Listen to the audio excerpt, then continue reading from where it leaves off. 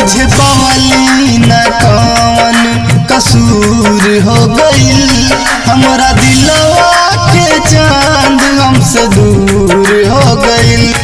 बेवफाई करेला मजबूर हो गई, बेवफाई करेला मजबूर हो गई।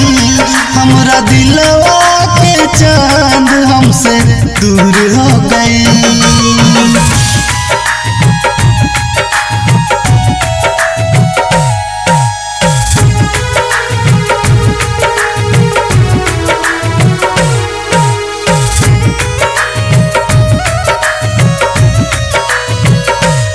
रोज नदिया किनारे बतियावत रही, प्यार होला काई है समझावत रही।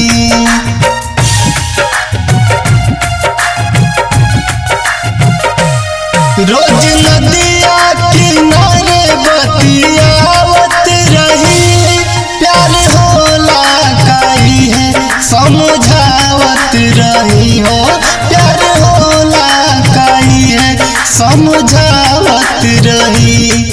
उल्हवादा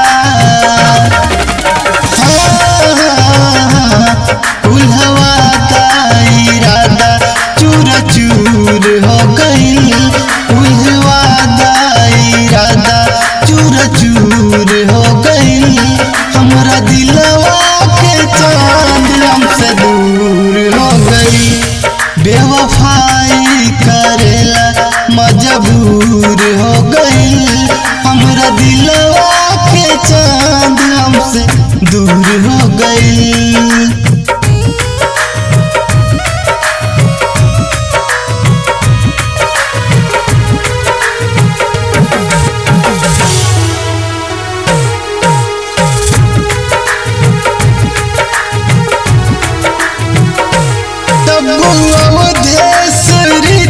कुछ बताई ना हो, जाई जाई कहीं से ढूंढ के लाई ना हो।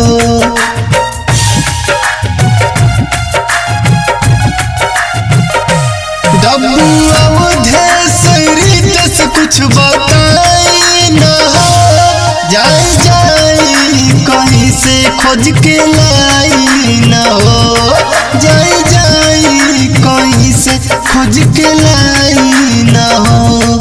अब अकेले जिए के अब अकेले